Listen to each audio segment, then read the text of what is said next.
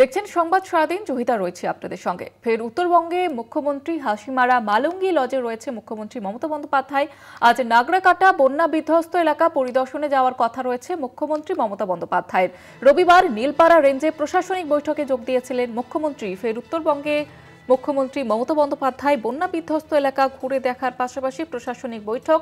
হাসিমারা মালঙ্গি লজে রয়েছেন মুখ্যমন্ত্রী মমতা বন্দ্যোপাধ্যায় এবং ইতিমধ্যেই তিনি যারা বন্যা বিধ্বস্ত এলাকার বাসিন্দাদের পাশে থাকার বার্তা দিয়েছিলেন।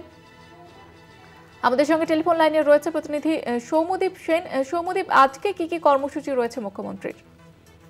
দেখো, মুখ্যমন্ত্রী কিন্তু কিছুক্ষণ বাদেই বেলা 11টায় যেটা শোনা যাচ্ছে যে মুখ্যমন্ত্রী মালঙ্গি লজ থেকে সড়ক পথে কিন্তু নাগরাকাটায় প্রথমে যাবেন। সেখানে যেটা বন্যা বিধ্বস্ত এলাকা রয়েছে সেখানে পরিদর্শন করবেন, সেখানে মানুষের সাথে দেখা করবে।